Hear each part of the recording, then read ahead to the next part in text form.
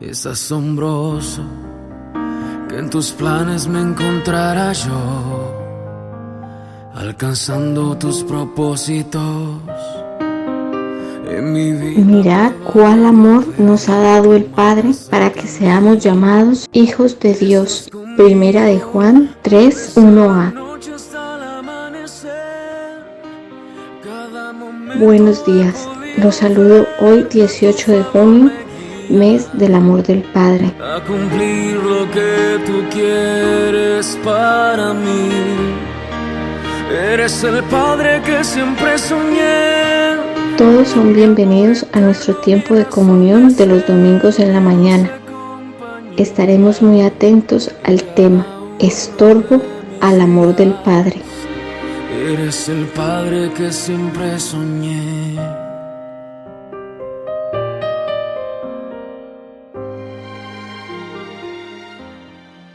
Estos 3 domingos estamos hablando acerca del amor del Padre. En la primera ocasión vimos que el amor del Padre engendra. Es un asunto muy importante para nosotros. El amor del Padre engendra, eso tiene mucho sentido porque nos explica el Evangelio completo. No solamente nos da la salvación, sino que nos ha engendrado, tenemos literalmente su vida y por eso podemos vivir de una manera que le agrade a Él, de una manera de victoria respecto al deseo del Padre. El segundo domingo vimos, o sea, hace 8 días, la reacción al amor del Padre, la reacción que tú y yo debemos tener. Y dentro de esa reacción está precisamente esa búsqueda de saturarnos y ser perfeccionados en el amor. Por eso la invitación para que estemos 1 a 3 días en ayuno y en oración, incluyendo el día de mañana, todos juntos al cabo. Para que estemos desde las 9 hasta las 3.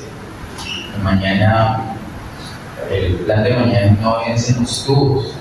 Dígale a la persona que está ahí, mañana no es en los tubos.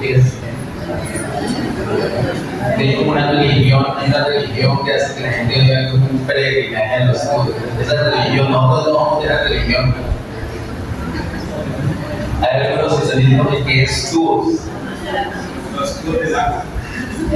Tampoco es el pance, tampoco es quedarse en la casa representante.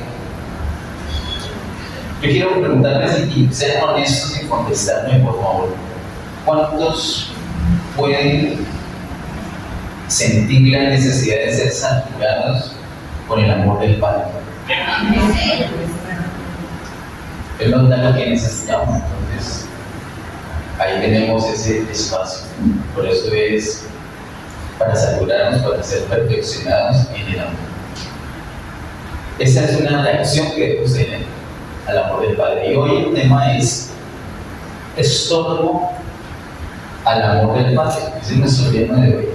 Estorbo al amor del Padre, y para eso viendo que ahora su Biblia en 1 de Juan capítulo 2. Hay muchas citas el día de hoy. Muchas de ellas solamente las voy a mencionar. Hay una riqueza muy tremenda en los escritos del apóstol Juan y referente al amor del Padre. Hay mucho que decir, por eso voy a mencionar solamente algunas cosas, otras sí las vamos a ver en profundidad. Por ejemplo, en el capítulo 2 de 1 de Juan encontramos el término hijitos, es la primera palabra que aparece en ese capítulo 2.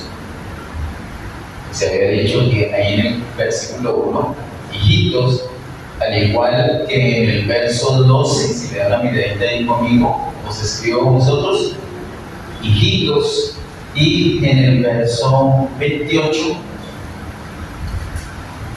que dice, y ahora, hijitos. Esos hijitos, ese término está usado para la iglesia en general, no para un grupo, sino para la iglesia en general, en los versos 1, 12 y 28. De una manera tierna, paternal, el apóstol Juan ya de avanzada edad cuando escribe esta carta, llama hacia la iglesia hijitos. Sin embargo, dentro de ese mismo mensaje, en el capítulo 2, el apóstol Juan dice que entre esos hijitos, que es toda la iglesia, hay 3 grupos. A un grupo llama padres, a otro grupo llama jóvenes y a otro grupo llama hijitos. Y ese uso de la misma palabra hijitos ya no es de modo general, sino de modo particular. Se refiere a un grupo que son los más nuevos de la fe, los recién convertidos, los que están empezando a caminar con el Señor. Esos son los hijitos. Pero los hijitos no se pueden quedar así chiquiticos, bebecitos, como esa bebé preciosa. Yo los Señor. Como esa bebé no se pueden quedar así chiquiticos, sino que si hemos conocido al Señor, tenemos que crecer y llegamos a ser jóvenes. Y esos jóvenes tienen que madurar, tenemos que madurar para llegar a ser padres. Me llama la atención que para el apóstol Juan, o en esa clasificación que hace el apóstol Juan, aquí no hay viejos. Dígale a la persona que está allí, no creas que soy viejo.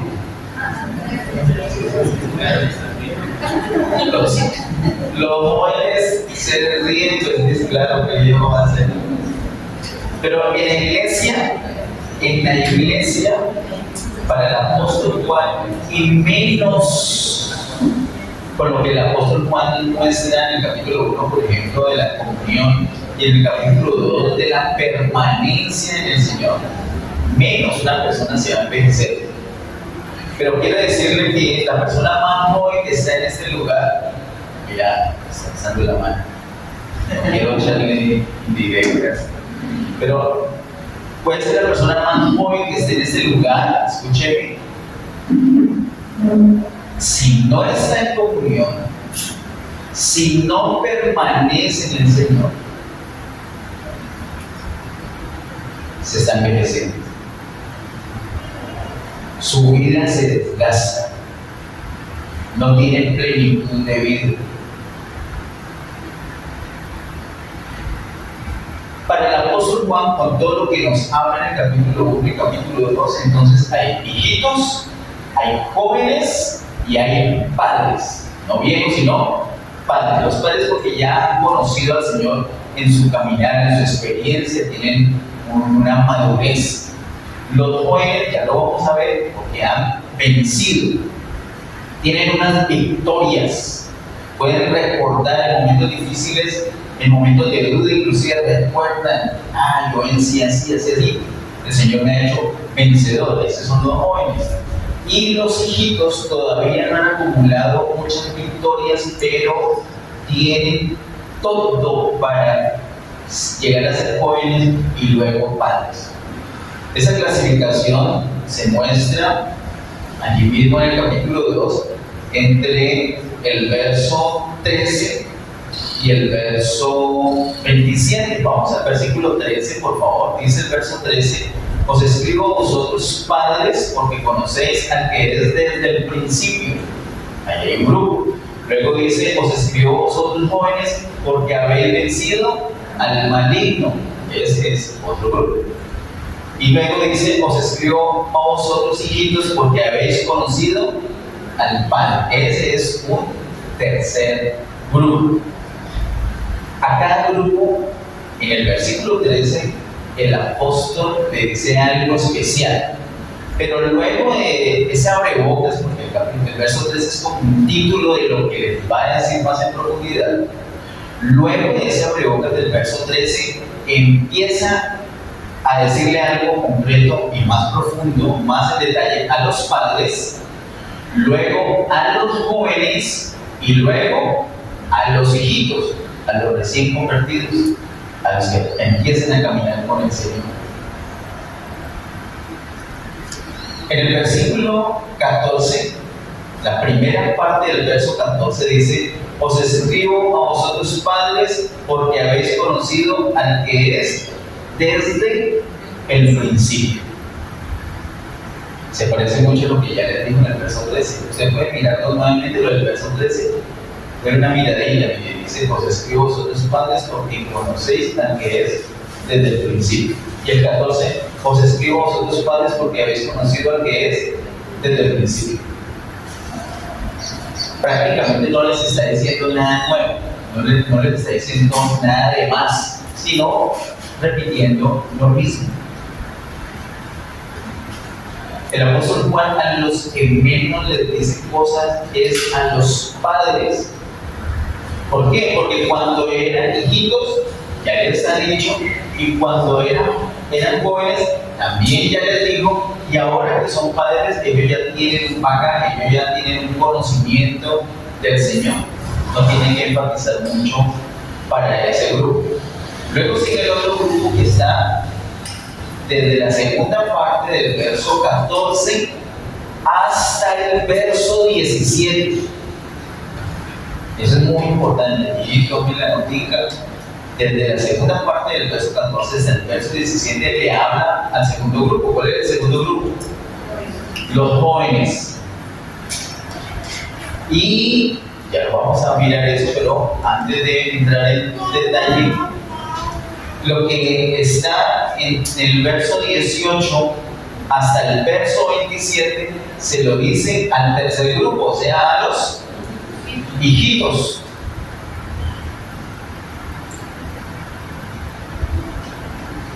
Mi preferido es que crece a los hijitos. El Señor se asegura desde los recién convertidos. Él no espera que nos metamos en lío sin herramientas, sin defensa, sin poder, enfrente al mundo que cuando a punta de golpes va a madurar. No.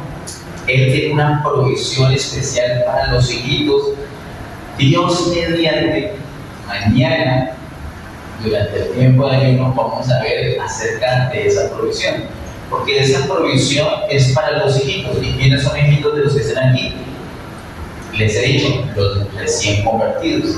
Pero esa provisión no se pierde para los jóvenes ni se pierde para los padres, sino que se queda con los jóvenes y con los padres. De hecho, es la base de la victoria para los jóvenes y para los padres. Así que lo que está contemplado entre el verso 18 y 27 no lo vamos a ahondar hoy, pero es una provisión que temprano le da el Padre Celestial a los recién convertidos.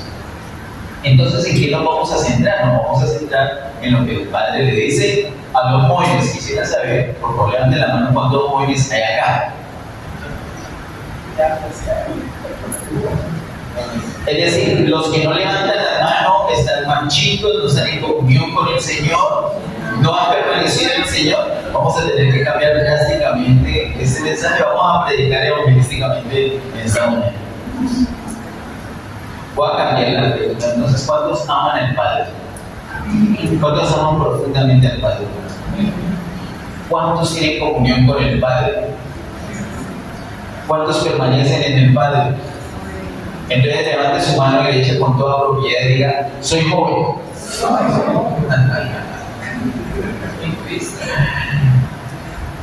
Ahora ayúdele a la persona que está allá. Que nosotros no somos para ir adelante y que la gente vaya quedando ahí tirada, no. Debe una ayudita a la persona que está a su lado. De pronto le va a incomodar, pero hay unas veces que necesitamos ser incomodados. Dígale a la persona que está a su lado, puede ponerle el hombro, dígale: rejuvenezca. Dígale: mire esas arrugas, dígale: mire esas arrugas. ¿Qué tal? Imagínate nosotros con la vida del Padre ahí, nos la ofrece, nos la dispensa a diario, y nosotros envejeciendo como si no lo tuviéramos. ¿Tenemos al Padre? ¿Podemos tener con el Padre todos los días? ¿Podemos permanecer en Él? Entonces, somos jóvenes. Dije, entonces somos jóvenes. Así que yo lo edito y no va a quedar de vacío. Entonces, con la duda, la gente va a pensar esa iglesia tan incrédula. somos jóvenes. Y el mensaje se centra a ese mensaje en particular que el apóstol Juan da a los jóvenes está entre la segunda parte del verso 14 hasta el verso 17. Vamos a leer. Dice así: os he escrito a vosotros jóvenes, estoy leyendo la segunda parte del verso 14. Os he escrito a vosotros jóvenes porque sois fuertes y la palabra de Dios permanece en vosotros y habéis vencido al maligno. Y voy a hacer una pausita allí para que comparemos con lo que ya les había dicho en el verso 13 a los jóvenes. ¿Qué dijo Juan a los jóvenes en el verso 13? Les dijo: os escribo a vosotros jóvenes porque habéis vencido al maligno. Ahí nomás. Los jóvenes son los que han vencido al maligno. El maligno les ha puesto trampa, caían una y otra vez, hasta que empezaron a tener cierta fortaleza, cierta madurez, y les permitió vencer al maligno. Ya no están cayendo en cuanta tentación, ya no son niñitos que el diablo juega con ellos, no, ya se paran firmes y el diablo no los puede mover fácilmente, porque ellos están muy sembrados en el Señor, tienen cierta fortaleza. Dice solamente el verso 13: os escribo a vosotros jóvenes porque habéis vencido el maligno, pero no dice qué tuvieron que hacer para vencer. En la primera parte de lo que les dice a ellos, a los jóvenes, en el verso 14, o sea, 14b, dice: os he escrito a vosotros jóvenes porque sois fuertes. Entonces, miren, una de las cosas que tuvieron que tener los jóvenes para vencer al maligno fue fuerza, tuvieron que fortalecerse. Ellos son fuertes. ¿Qué más dice? Y la palabra de Dios permanece en vosotros. ¿Cómo se hicieron fuertes? Haciendo que la palabra de Dios permanezca en ellos. Si usted hoy escucha el mensaje y se ríe, y le dijo a la guerra, la enjuvenezca, y le dijo: mire esa altura, y le dijo: hueco, le dijo de todo, aprovecho, y después se va, y lo único que se acuerda es que le dijo al otro viejo, y no se acuerda de nada más, pues ciertamente que la palabra no está permaneciendo en usted, y usted no va a tener la fortaleza que le va a permitir vencer al maligno. Usted tiene que ser una persona retenedora de la palabra. Hay unas personas que apenas empiezan la prédica, es como dice, comentó la princesa que decía mi suegro, que el diablo les pasa la cola por los ojos, ¿cómo se dice? Y los arrulla. Tiene una persona que está ahí: no te va más, dígale. La otra, yo le di una estrategia. Esa persona ya no, yo creo que por eso no volvió a reunirse con nosotros. La persona era acostumbrada a dormir, entonces yo le digo: hermano, que digan amén fuerte, digan 1, 2, 3, no sé, ¿se acuerdan? Un tiempo que lo hacíamos, amén. Se nos asustaba. Y a los 7 minutos, casi, la persona, yo decía: o se despierta o no vuelve, no volvió. La perdimos, por eso ya no estoy diciendo así, no volví a decir ese método, no lo vuelvo a usar. Pero el verso 14 muestra que la persona se ha fortalecido. Ese es el joven. El joven es el que está fuerte. ¿Cuántos de los que están aquí están fuertes? Ahora, no me diga amén por rellenar. Prefiero que duerma. Pero debo decir amén.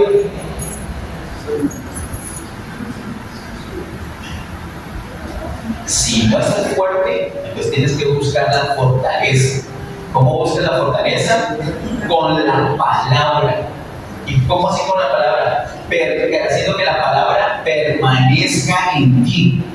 Escuchas atentamente la palabra, tomas nota, vas a la casa, vuelves a leer. Las prédicas las tenemos en el canal de YouTube, las vuelves a consultar allí, las estudias en oración. Tú estás haciendo el aseo, por ejemplo, ponle la prédica, ponle a decir 10 ahí a predicar, y lo escuchas y lo vuelves a escuchar, te quedas dormido, escuchan, no, mejor no, lo escuchas en un momento que puedas meditar. haces que la palabra de Dios permanezca en ti. Eso te va a dar fortaleza. Y con esa fortaleza vas a poder vencer. Primero, hijitos, y el Señor de entrada les da una provisión. Mañana lo vamos a ver. Pero luego de eso, que la palabra permanezca, nos fortalecemos. Ahora sí viene el enemigo con cuentos y le vamos a contestar con la misma palabra que ya permanece en nosotros y lo vamos a poder vencer. Entonces, por eso él dice así: les escribo a vosotros, jóvenes, porque sois fuertes y la palabra de Dios permanece en vosotros y habéis vencido al maligno. Verso 15. No améis al mundo y las cosas que están en el mundo. Si alguno ama al mundo, el amor del Padre no está en él. ¿A quién le está diciendo que no ame al mundo? A los jóvenes, no a los padres. ¿Sabes por qué ella no le dice a los padres eso? Los padres ya maduraron. Los padres ya no se ponen en cuento de ay, no, es una lucha para mí, la rumba es.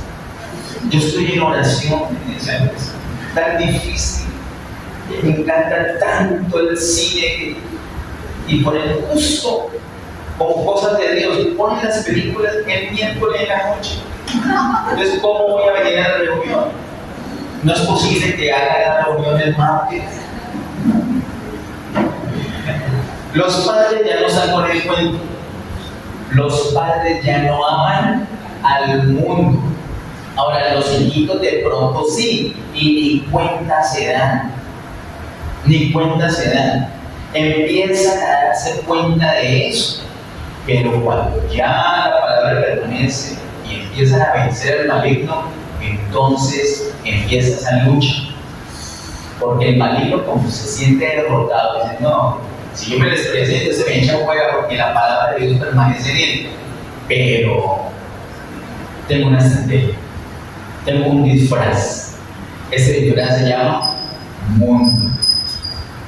De pronto no me va a amar a mí, pero logro que ame al mundo. Y si logro que ame al mundo, entonces no va a amar al Padre. El amor del Padre no va a estar en él. Esa es la clave. Así que podríamos dejar la predica aquí hoy.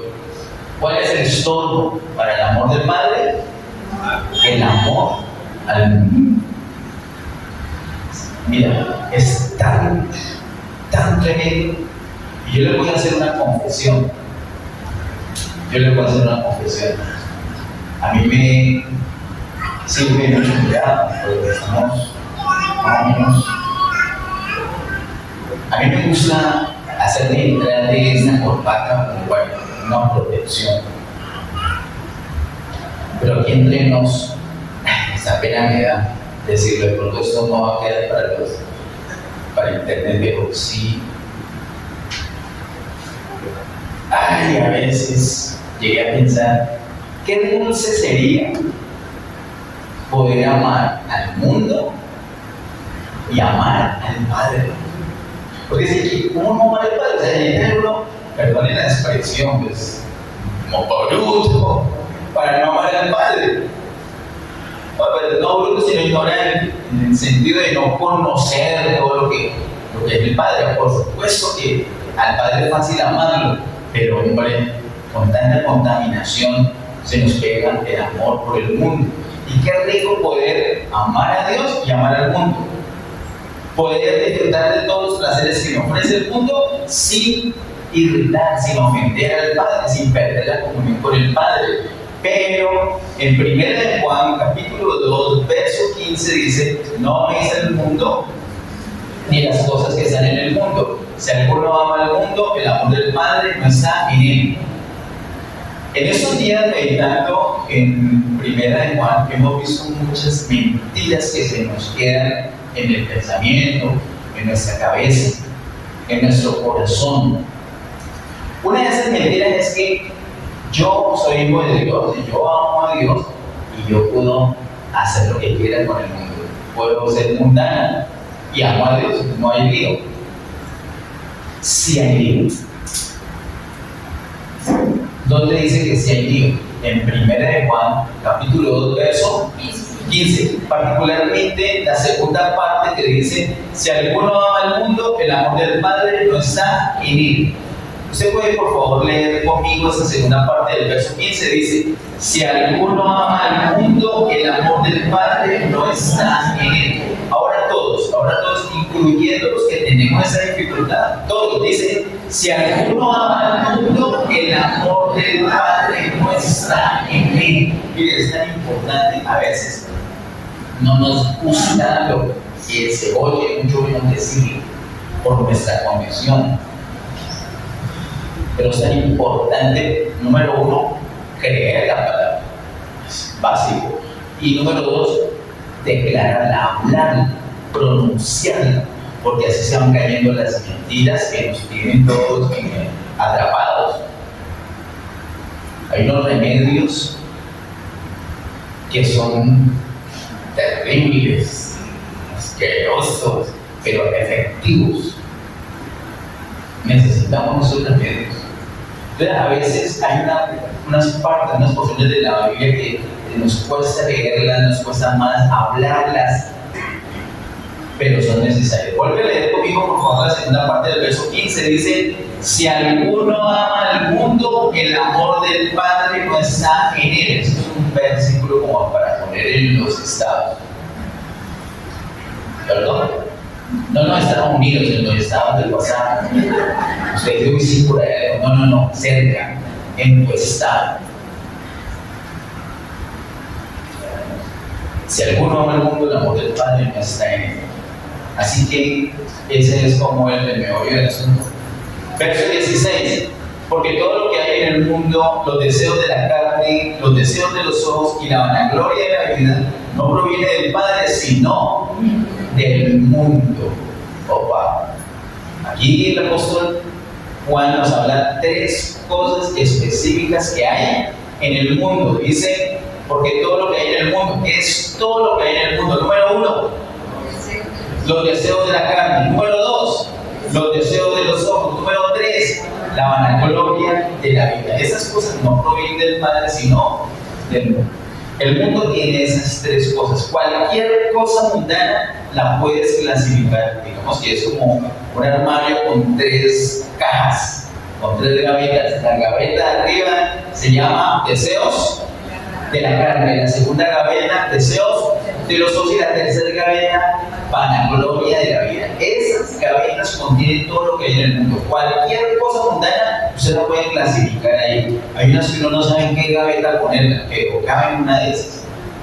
Todo lo que hay en el mundo son esas tres cosas. Y el diablo es muy sutil. Como los jóvenes ya le han vencido porque la palabra permanece en ellos y se han fortalecido, entonces no se va a presentar una y otra vez para que lo aburran, para que lo echen por la caja, pero se presentan con el mundo. Se presenta sutilmente con ese disfraz que tiene esas tres cosas. Deseos de la carne, de pronto el nombre mismo trata de explicarnos de qué se trata. Está relacionado con el cuerpo. Todas las cosas que se relacionan con el cuerpo, pero que son pecaminosas. El apóstol Pablo nos da casi que una definición muy buena de qué es la carne. La carne es el cuerpo contaminado con el pecado, ese veneno de pecado que está en nosotros desde el primer hombre, desde Adán. Cuando Adán pecó, entró el pecado a ese hombre, y por ese hombre entró el pecado a toda la humanidad. Por eso es que todos tenemos un veneno adentro que se llama pecado. Ese pecado contaminó nuestro cuerpo, dando como resultado la carne. Y hay unos deseos del cuerpo que se parecen a los deseos de la carne. Por ejemplo, ¿ustedes creen que es pecaminoso tener muchas ganas de comerse unos pericos con arepa y un chupatico? ¿No es? ¿Es pecado o no es pecado? Ese puede ser un deseo de qué. Un deseo del cuerpo, puede ser válido, pero si estás en ayuno, si estás en uno de los 3 días de ayuno, el deseo del cuerpo De la carne, porque te quiere poner zancadilla. Si ves que es muy sutil, y a veces uno ni sabe si eso es del cuerpo o es de la carne.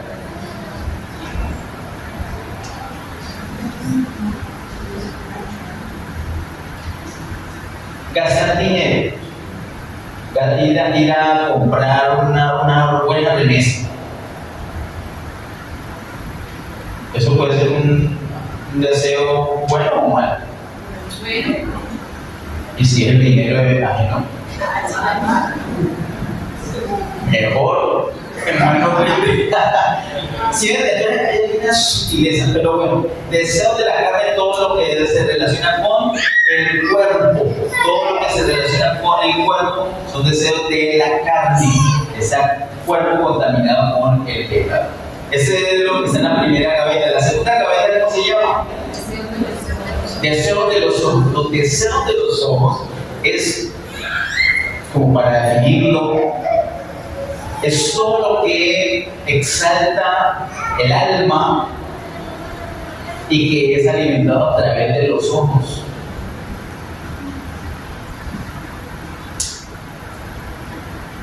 Por ejemplo, ver una mujer bien bonita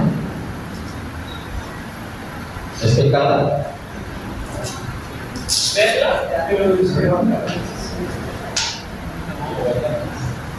Menos mal porque estoy enfrente un poco.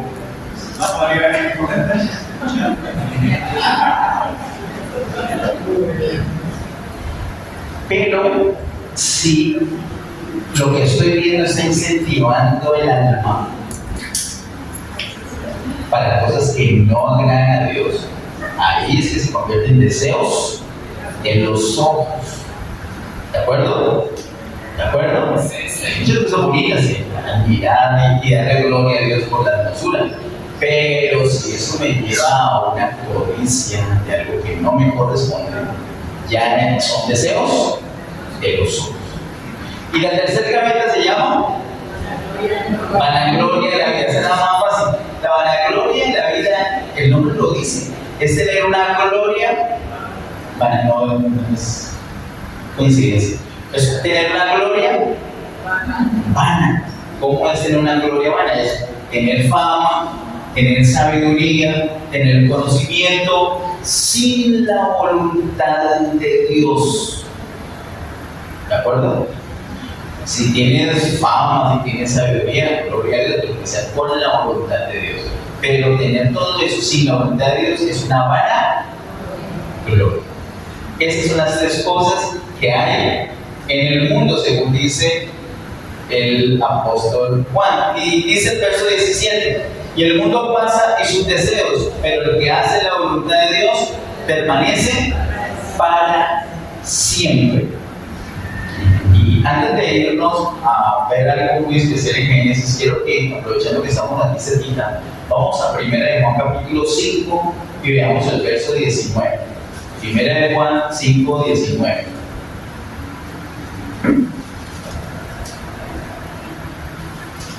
Dice: sabemos que somos de Dios y el mundo entero está bajo el maligno. ¿Sabemos que somos de Dios? ¿Cómo sabes que eres de Dios? Uno, ¿cómo hace una persona? ¿Cómo hace para saber que es de Dios?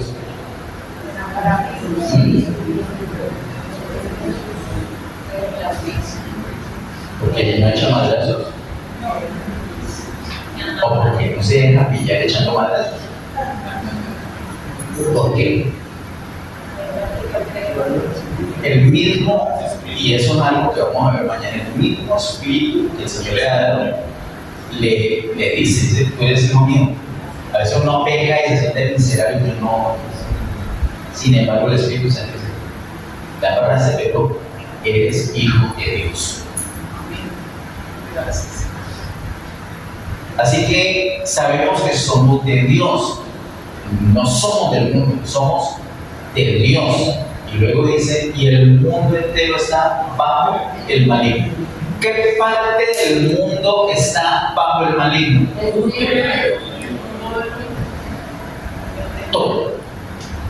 No pienses que hay unas cosas que son definitivamente esas cosas yo no las puedo hacer. Estas cosas no, estas sí.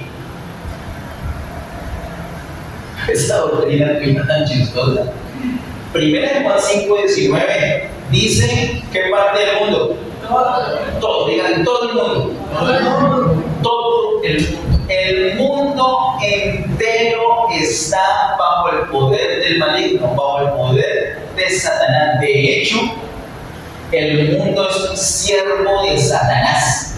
Es un disfraz que usa. Viene con los mejores colores, con los mejores sabores, con la mejor textura para que sea atractivo, para incentivar los deseos de la carne, los deseos de los ojos y la vanagloria de la vida. Te ofrece conocimiento sin la voluntad de Dios, eso es atractivo. Te ofrece placer sin la voluntad de Dios, eso es atractivo. Te ofrece unos beneficios sin la voluntad de Dios. Todas esas cosas son atractivas y ahí es donde quedamos atrapados. Si el diablo logra atrapar a un joven que ya es fuerte y ha podido vencer, porque la palabra de Jesús me dice, si el diablo logra atrapar a un joven en cualquiera de esas tres cosas, con cualquiera de esas tres, o con dos, o con las tres, inmediatamente ese joven empieza a debilitarse y cuando el diablo venga otra vez, ya no va a tener la fortaleza que tenía antes para vencer al maligno. No se dejen engañar. El mundo entero está bajo el maligno. El mundo entero. El comercio está bajo el maligno. Yo pienso que de las poquitas cosas que no están bajo el maligno es la política, pero el resto no son. La política también. O sea, ¿qué parte del mundo está bajo el maligno? Toda la religión. La religión, ¿sí quieres decir? Y según Juan, es de las cosas que más están bajo el poder del maligno, la religión. Así que, ojo, las modas, la farándula. O sea, para no tenerlo en extenso, ¿qué parte del mundo está bajo el maligno? Todo. Entonces, ¿qué nos queda a nosotros? Cristo. Y fuera de Cristo, ¿qué necesitas? Así que hay un engaño con esas tres gavetas, con esas tres cosas que nos hacen decir mucho, necesito esto. Mentiras, son puros deseos de la carne. No, eso sí lo digo, mentiras, puros deseos de los hombres. No, pero eso sí no, mentira, pura para gloria de la vida. Todos estamos malignos, no necesitamos nada de eso. Si nos enredamos con eso, si amamos con eso, no podemos amar al Padre. El estorbo para el amor del Padre es amar al mundo. Amén. Mucho cuidado. Ahora sí vamos a Génesis, por favor. Génesis capítulo 3.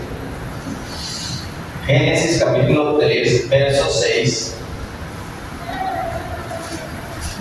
Génesis capítulo 3, verso 6. Dice, y vio la mujer que el árbol era bueno para comer. ¿Eso te parece a deseo de qué? De los ojos. De los ojos. ¿Sí usted con qué come? Come con los ojos. Hoy día le doy un brownie. Muestre cómo es brownie con los ojos. Le doy otro brownie. Ya que me pasó lo mismo cuando yo digo, como dice, vio deseo de los ojos. Pero mirándolo más despacio, dice, vio la mujer que la era uno para comer y se relaciona más directamente con nuestro cuerpo, más que con el alma. Así que son deseos de los ojos. Perdón.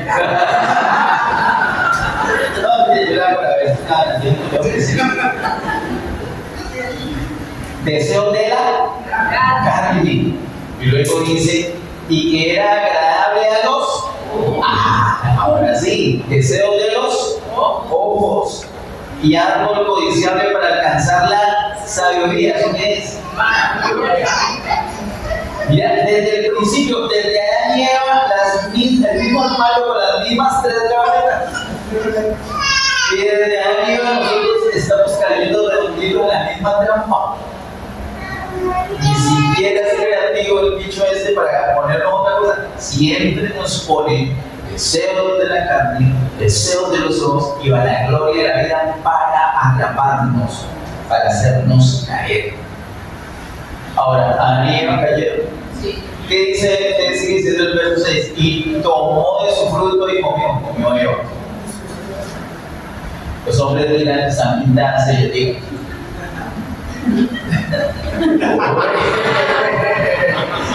Han aprendido. Si lo que han aprendido después de años. Tomó de su fruto y comió, y dio también a su marido, el cual comió así como ella. Así que Adán y Eva, ¿qué pasó con ellos? Cayeron en la tentación, pecaron.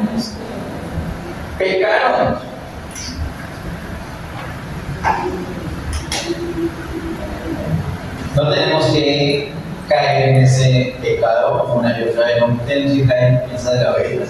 Vamos por favor a 2 Corintios. 2 Corintios capítulo 11. 2 Corintios capítulo 11 versos 2 y 3. Versos 2 y 3 de 2 Corintios 11 dice: porque os celo con celo de Dios, pues os he desposado por un solo esposo para presentaros como una virgen pura a Cristo. ¿Quién es la virgen pura? La iglesia, ¿cierto? ¿Qué hizo Pablo? Dice particularmente con los corintios, ¿qué hizo Pablo con ellos? La desposó, es decir, ¿sabes? Tiene un compromiso serio para matrimonio. ¿Matrimonio con quién? Ahí dice el mismo verso, con Cristo. Para presentaros como una virgen pura a Cristo. Pero luego dice el verso 3: pero temo que como la serpiente con su astucia engañó a Eva, vuestros sentidos sean de alguna manera extraviados de la sincera fidelidad a Cristo. Ese era el temor del apóstol Pablo. Que la iglesia, así como le pasó a Eva, sea engañada a través de los sentidos y sea extraviada y caiga en tentación y se enrede con esas tres cosas que le ofreció el diablo a Eva. La iglesia está expuesta. El diablo es experto en ofrecerle continuamente a la iglesia, cualquier creyente, cualquier persona de Dios. Los que no son de Dios, ¿para qué va a lidiar con ellos? Y ya donde que no es de Dios, es del diablo. Eso lo vimos en Juan capítulo 8 recientemente, tremendo. Pero a los que son de Dios es que el diablo les quiere poner esa zancadilla continuamente. Lo mismo debe de ser el temor de esos dos versículos están muy relacionados. El versículo 2 nos habla de la iglesia como una virgen pura que tiene un compromiso de matrimonio con Cristo. Pensemos un poquito en una novia, en una virgen pura que está a punto de casarse con un novio tan lindo como Cristo. Yo imagino que esa novia a todas está pensando en qué. Pero no pensemos en Cristo, pensemos en Adolfo. Y ella se llama Constanza. Constanza está tragada de Adolfo. Y se van a casar pronto. ¿En qué está pensando Constanza? ¿En qué piensan los lunes?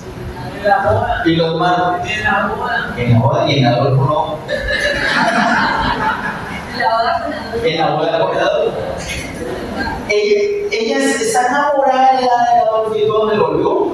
Adolfo. Todo le volvió a Adolfo.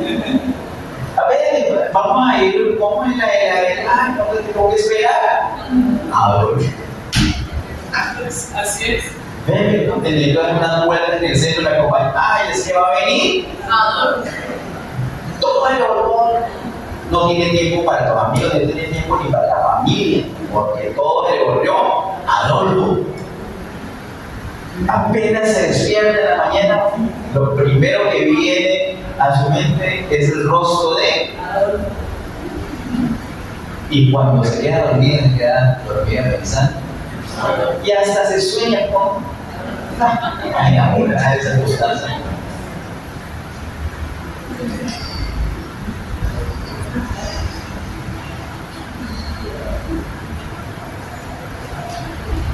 Así tiene que ser.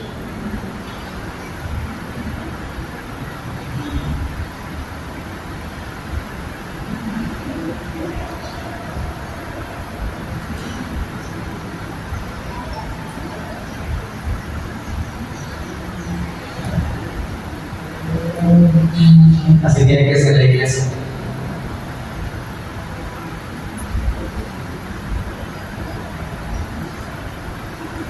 A toda hora pensando en Cristo.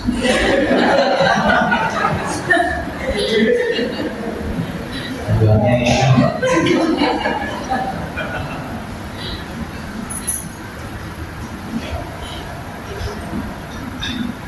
Cuando la iglesia a alguien le dice, mira esta cabeza tan bonita, deseo de la carne, la iglesia que dice, está ocupada con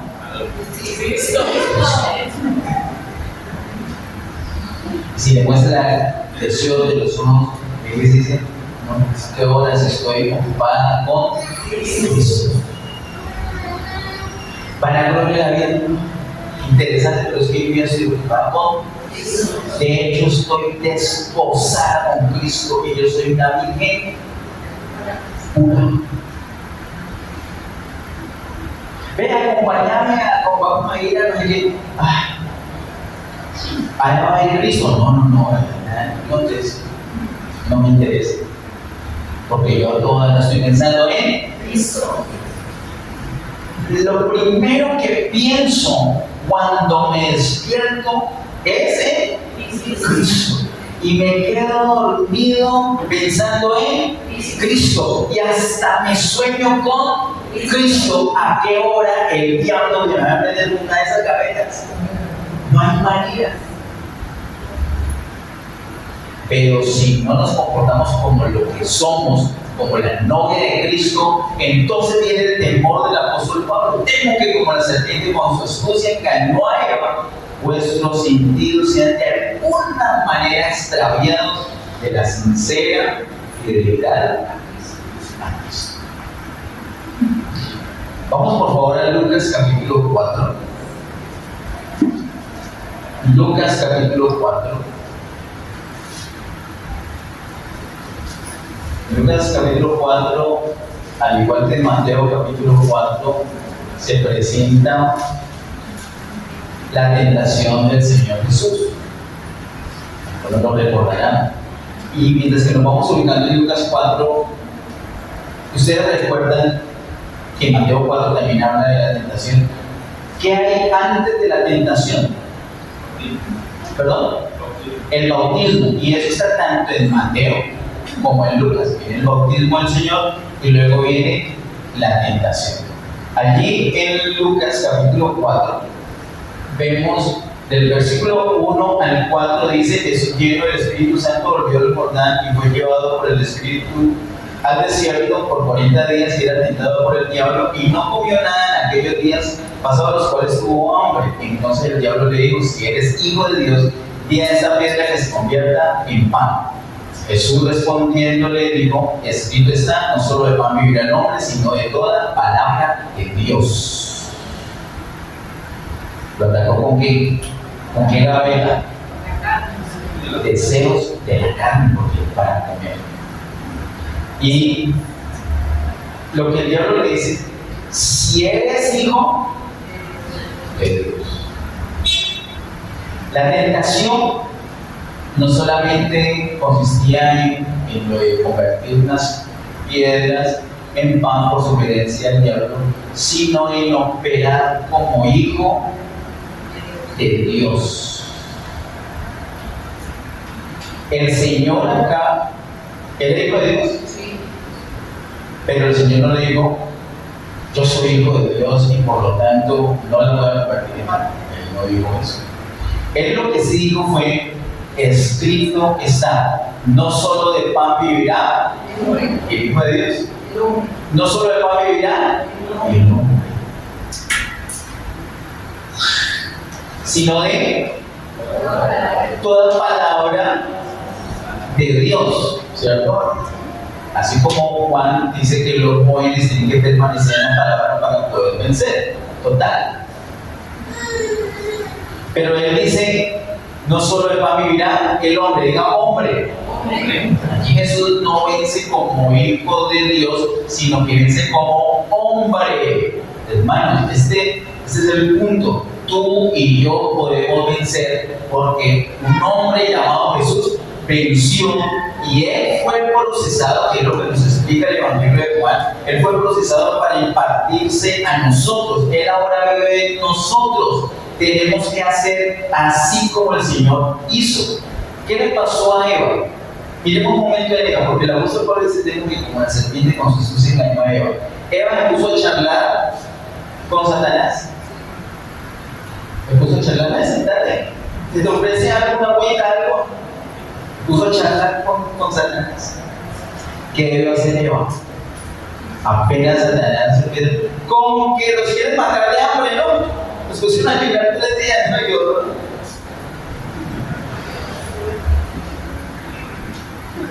Ella inmediatamente, en vez de ponerse, no debió decirle, te reprendo, Satanás, vete, Satanás, cállate en el nombre, nada. Ella debió literalmente salir corriendo y esconderse detrás de Adán.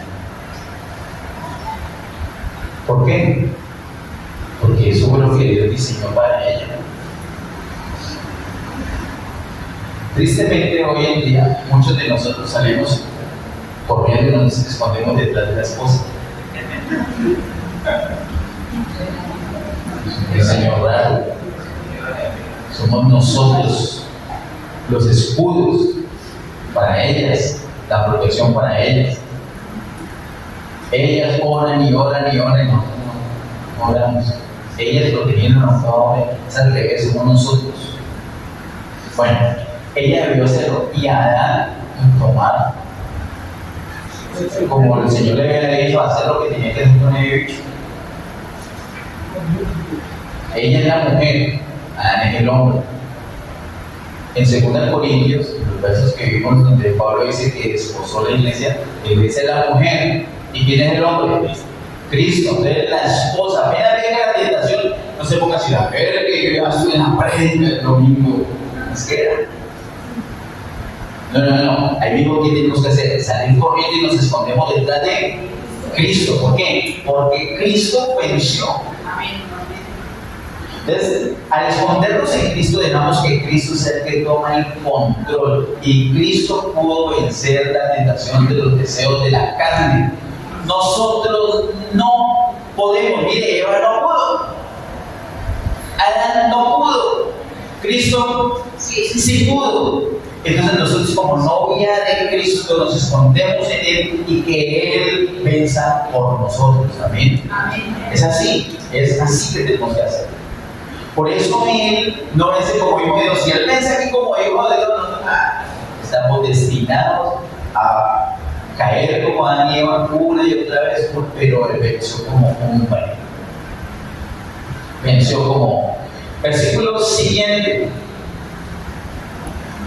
Versículos 5 al 8 dice, y le llevó el diablo a un alto monte y le mostró en un momento todos los reinos de la tierra y le dijo al diablo, a ti te daré toda esa potestad y la gloria de ellos, porque a mí me ha sido entregada y a quien quiero la doy. Si tú postrado me adoras, todos serán tuyos.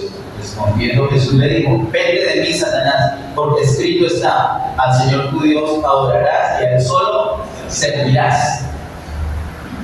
¿Con qué lo trajo ahí?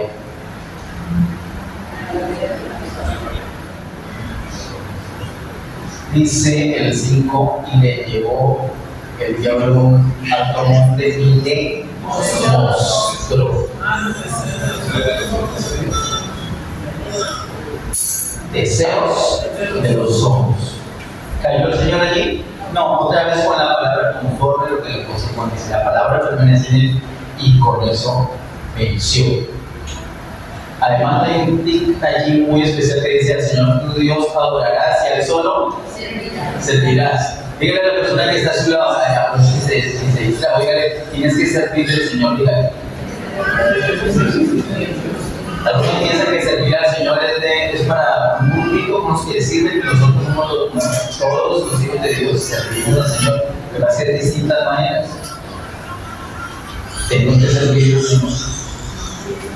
Bueno, deseo de los ojos. Vamos a la siguiente parte, versículos 9 al 12. Dice: y le llevó a Jerusalén y le puso sobre el pináculo del templo y le dijo: si eres hijo de Dios, échate de aquí abajo, porque escrito está: a sus ángeles mandará acerca de ti que te guarden, y en las manos te sostendrán para que no tropieces con tu pie en piedra. Respondiendo Jesús le dijo: dicho está, no tentarás al Señor tu Dios. ¿Con qué lo trató en esta tercera ocasión?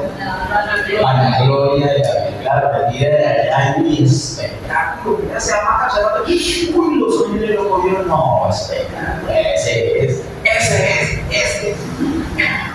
Cristo. Para la gloria de la vida. Nada, tampoco hay en eso. Otra vez mención, declarando la palabra que permanece en el versículo 13. Y cuando el diablo hubo acabado por tentación, se apartó de él para siempre.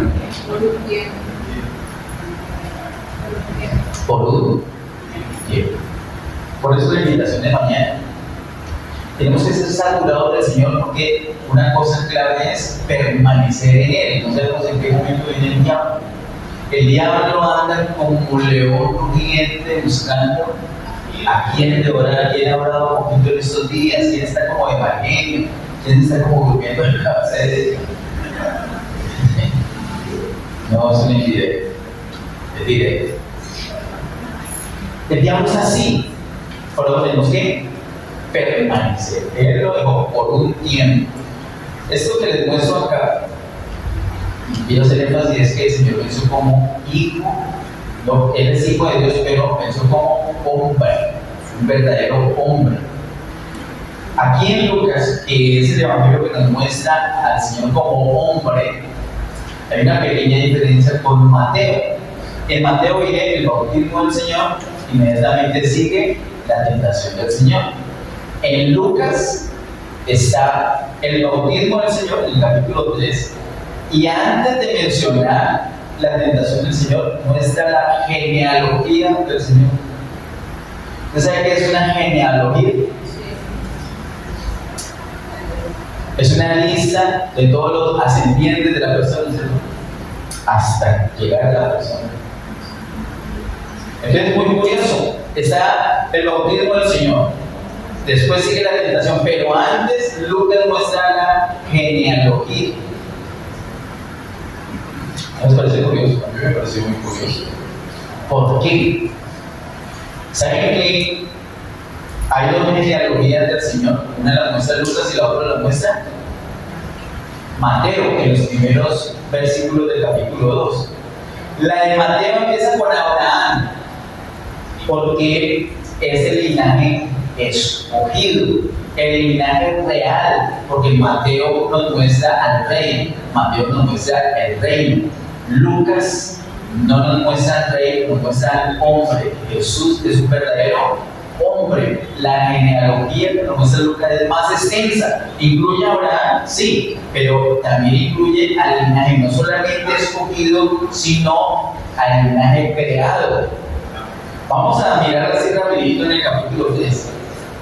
Lucas capítulo 3, verso 23 al 38.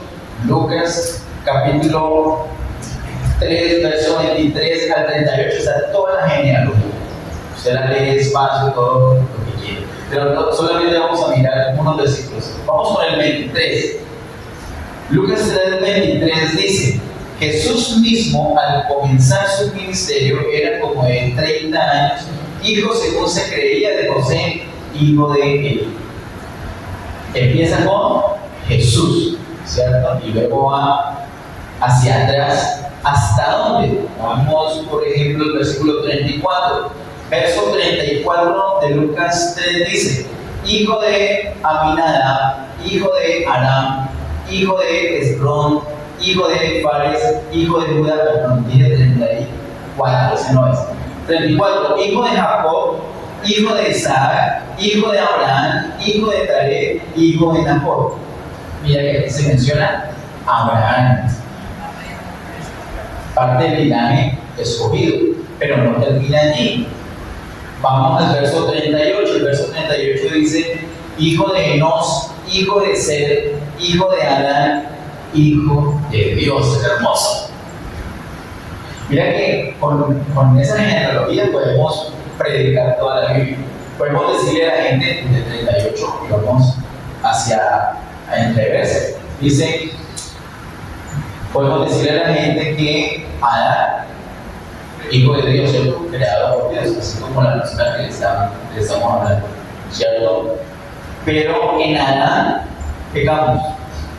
En Adán fallamos, quedamos separados de Dios que nos creó. Y luego vamos hasta el verso 34 y le decimos que en Abraham el Señor nos dio, ¿qué nos dio en Abraham? Promesa. En Abraham Dios nos dio promesa. Promesa. Termina con el linaje creado y empieza el linaje llamado. Tú eres un llamado. Tú eres un descendiente de Abraham literalmente por la fe, porque creíste en Cristo, eres parte de la familia de Abraham, eres hijo de Abraham. Entonces, con el verso 34. Y luego terminamos con el primer versículo, con el verso 23, que nos muestra cómo se hace eso, cómo se cristaliza esa realidad en la persona, con Jesús mismo. Lo que la persona tiene que hacer es recibir a Jesús para tener todas las promesas de Abraham y volver a la comunión con Dios, quien nos creó. ¿Por qué muestra Lucas esta genealogía? Va desde Jesús hasta Dios. Porque es necesario que entendamos que el Señor Jesús es verdadero hombre.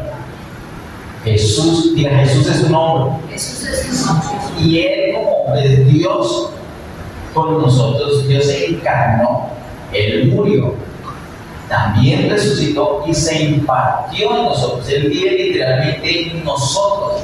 Así que cuando venga la tentación, nosotros nos refugiamos en Cristo. Por eso tenemos que ir a nuestro espíritu, por eso lo tenemos que buscar a Él, por eso nos tenemos que saturar de Él, para que cuando venga la tentación no va a poder con nosotros. El diablo quiere enredarnos para que amemos al mundo, pero cuando venga el diablo nos vamos a refugiar en Cristo y le vamos a decir: vete, Satanás. Pero es que no vino el diablo, mandó los deseos de la carne. Nosotros ya sabemos quién lo mandó. Entonces a los deseos de la carne le vamos a decir: vete, Satanás. Pero mandó los deseos de los ojos. A los deseos de los ojos le vamos a decir: vete, Satanás. Pero mandó a la vanagloria de la vida, le vamos a decir: vete, Satanás. Ahora, ¿cómo los hombres, si ven una muchacha bonita por ahí, no le van a decir: vete, Satanás? No.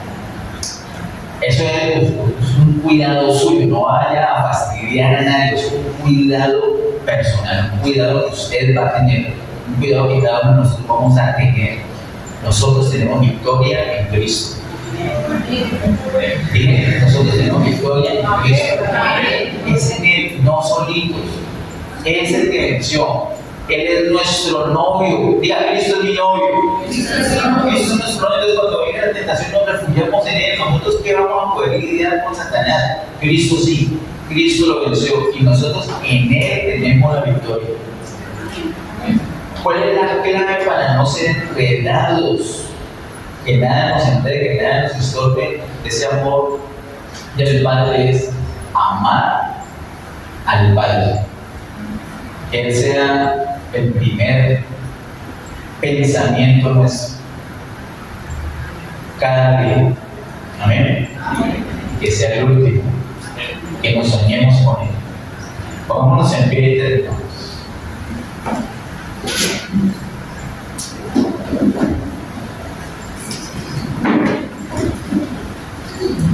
Padre, en el nombre de Jesús, gracias Señor, te damos por este tiempo.